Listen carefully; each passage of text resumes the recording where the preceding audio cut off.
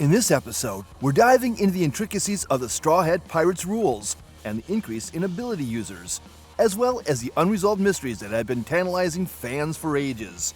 We'll be exploring the carefully analyzed rules by Japanese fans regarding the composition and balance of abilities among the Straw Hat crew members, which play a crucial role in the progression of the story. Moreover, we'll delve into the still unrecovered storylines within the long history of One Piece and discuss the profound implications these revelations could have on future narratives. These topics, hotly debated amongst Japanese fans, will be translated and presented in an accessible manner for our American viewers, so make sure to stick around till the end. If this video piques your interest, especially about the mysteries surrounding the Straw Hat crew, don't forget to hit like and subscribe. And let us know in the comments which mystery you're most eager to see unraveled. Just say, the mystery I can't wait to solve. So let's get started. First up, let's delve deep into the unresolved mysteries surrounding Zoro. It's particularly intriguing that after 2 years of intense training, Zoro emerged with his left eye blinded. He trained under Mihawk on Kuraigana Island, and it's speculated that he sustained this injury during that period. However, the enigma surrounding Zoro's blinded eye is quite profound. Numerous characters like Shanks, Pedro, Sabo, and Raleigh also bear scars on their eyes. But with the exception of Fujitora, who blinded himself, most of these characters aren't actually missing an eye. This leads us to believe that there might be a hidden secret behind Zoro's eye. There are 3 main theories about how Zoro got this injury: a wound from battling Mihawk, an injury sustained during training with baboons, or a self-inflicted wound as part of his training. However, the self-inflicted theory seems less likely, as in the case of Luffy's observation haki training, being blindfolded sufficed. This suggests that the injury likely occurred during training with either the baboons or Mihawk. Moving on to the mystery of his left eye, there's a popular theory that Zoro opens his eye when unleashing the power of Conqueror's Haki. This theory stems from various battle scenes in Wano, notably his attacks against Kaido and King, and moments where he unleashes serious attacks when his comrades fall. In these scenes, Zoro's left eye is consistently not shown or hidden, suggesting that it might open to activate the Conqueror's Haki during crucial moments of battle. Moving on, let's explore the mysteries surrounding Nami. Known for her ability to manipulate weather, Nami's origins are shrouded in mystery.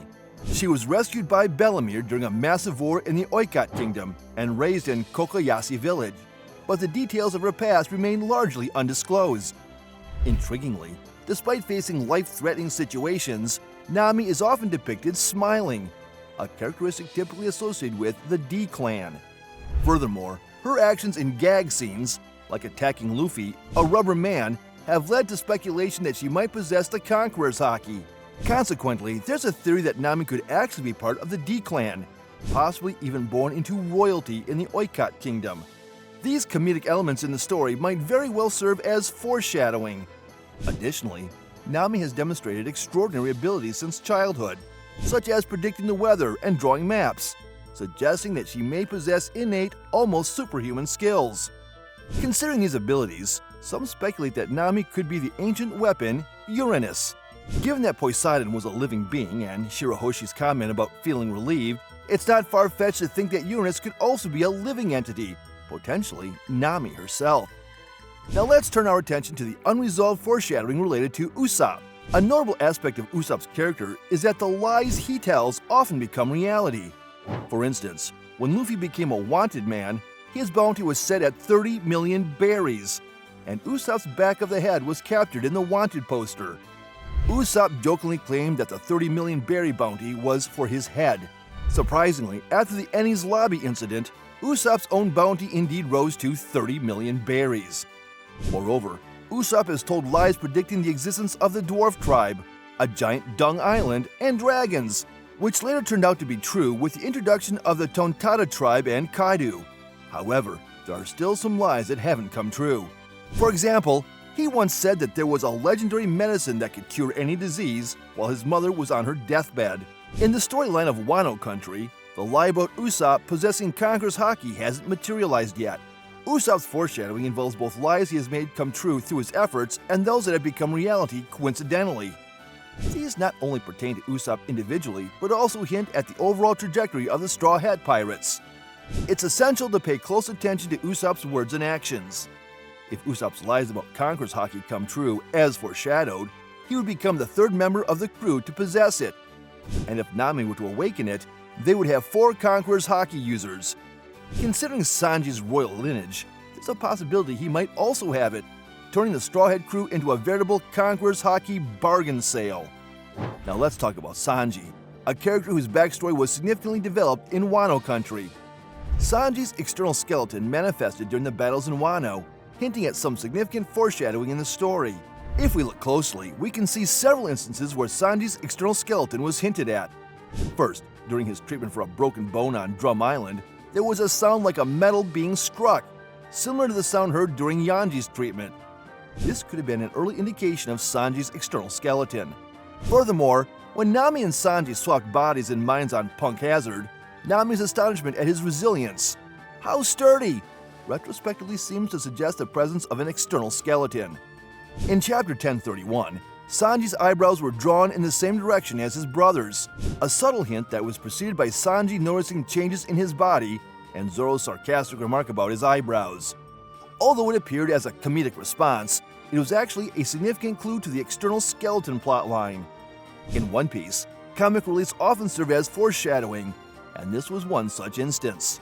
Despite these revelations, Sanji's ability to spontaneously combust remains a mystery.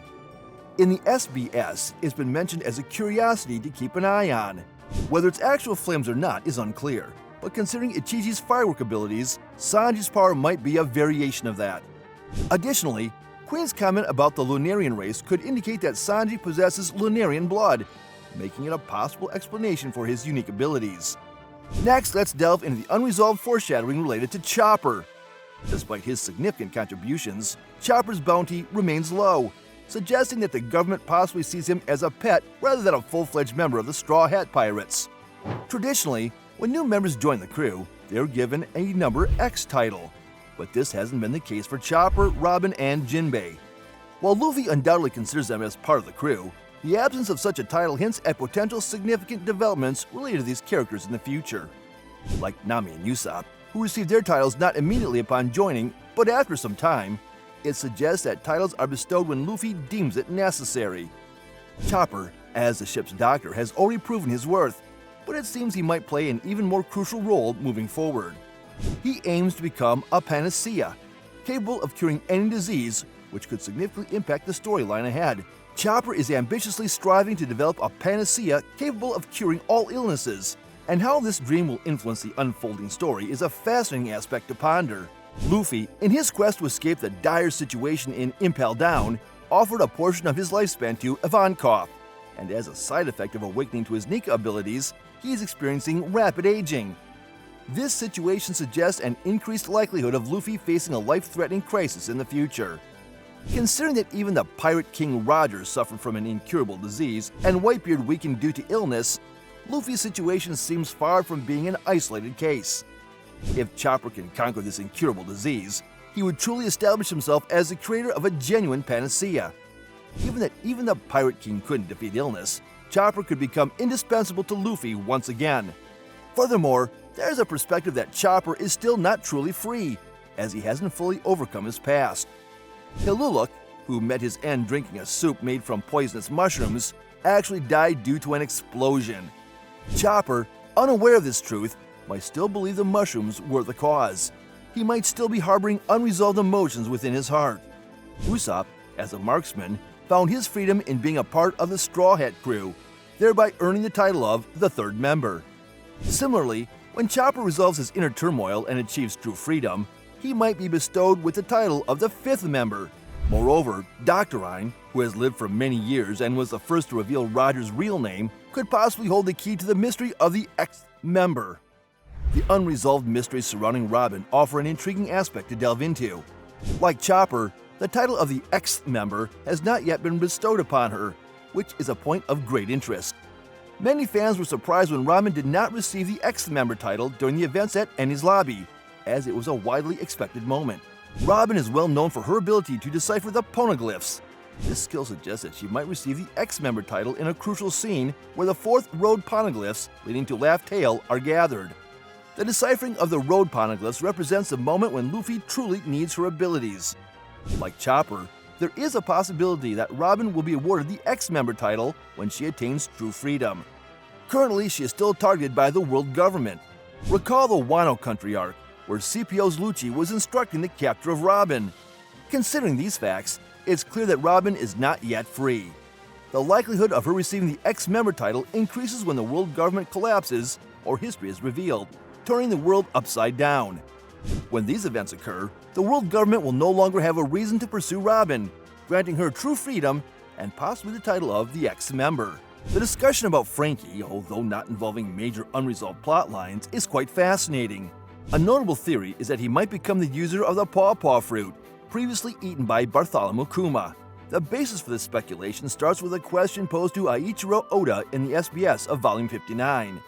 It was observed that there's a numerical pattern among the devil fruit users of the Straw Hat crew, with the numbers 2 and 9 missing, suggesting the possibility of Kuma joining the crew. Oda's reaction to this question was one of surprise, followed by a no comment, stirring further speculation about the missing 2929 fruit and the possibility of Kuma becoming a crew member. However, interpreting Oda's response suggests that either the missing 2929 fruit or Kuma joining the crew touches upon a crucial aspect. From a meta perspective, the mere fact that this issue was addressed in the SBS suggests a lower likelihood of Kuma becoming a crew member. Therefore, it is more plausible that the user of the 2929 fruit and not Kuma will join the crew.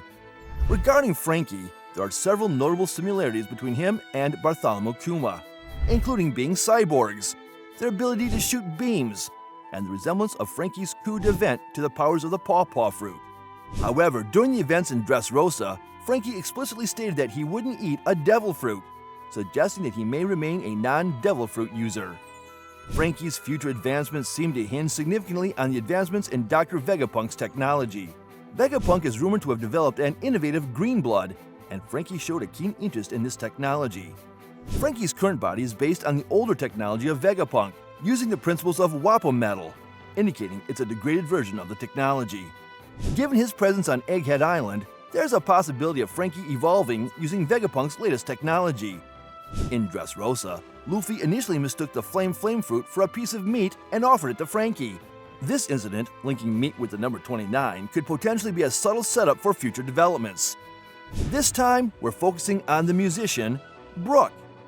The mysteries surrounding Brooke are not just about him, but also about the land of the dead revealed through his revive fruit powers. Brooke himself mentioned that he returned to the living world from the land of the dead. While its exact location is unknown, it's believed to indeed exist.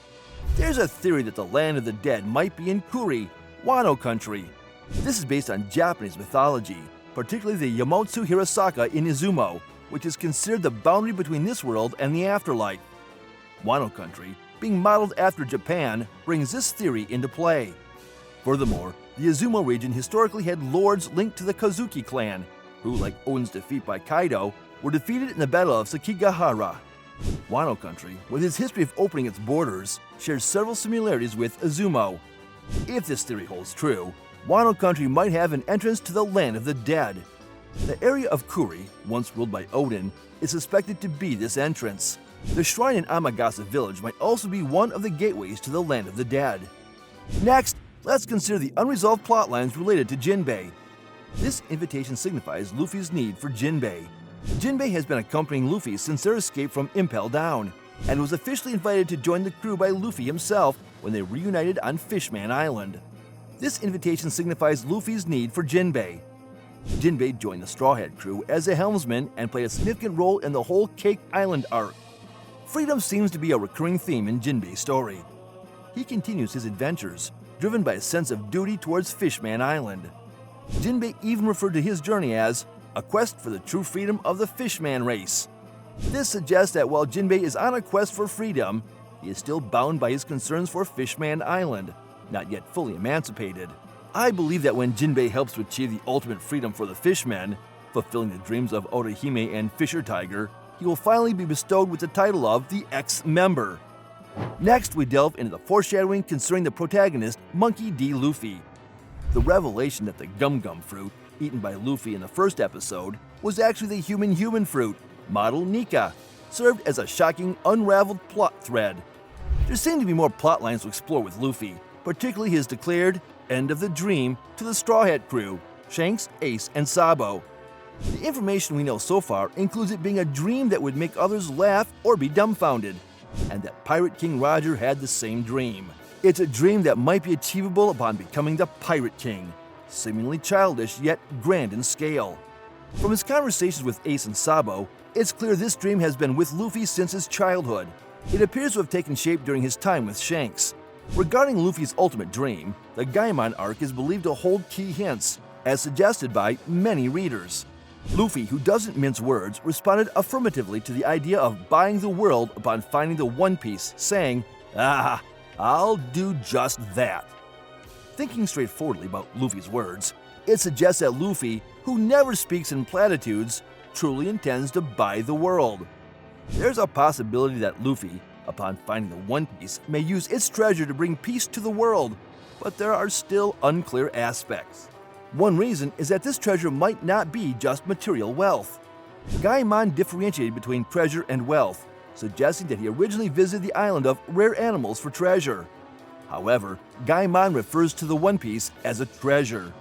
This implies that the One Piece might not just be a material treasure, but something that could turn the world upside down. The unresolved plotlines of the Straw Hat crew extend beyond the members themselves. When Luffy departed from Fuchsia Village, he expressed a desire for 10 crew members, indicating the potential addition of one more member. This speculation is fueled by past events like Vivi's reunion and Yamato's repeated declarations in Wano country about joining Luffy at sea. Moreover, new candidates like Bonnie have emerged, leading to various theories about who the 10th member might be. Additionally, the Straw Hat Grand Fleet, formed during the Dressrosa arc, was foreshadowed to cause a major incident. This fleet is expected to trigger a significant event, the specifics of which remain unknown. There have been confrontations with the Celestial Dragons involving Sai and Leo, and battles against Saint Saturn in the Egghead arc, gradually revealing the dark underbelly of the world government. This major incident could escalate into a conflict with the world government, potentially drawing the Revolutionary Army into the fray. An epic battle, surpassing previous encounters at Enies Lobby, the Summit War, and in Mary Joa might be depicted. That's all for today! This channel posts summaries, explanations, and ranking videos related to One Piece. If you like One Piece, we would be happy if you could support us by subscribing to our channel and commenting. Thank you for watching till the end. See you in the next video.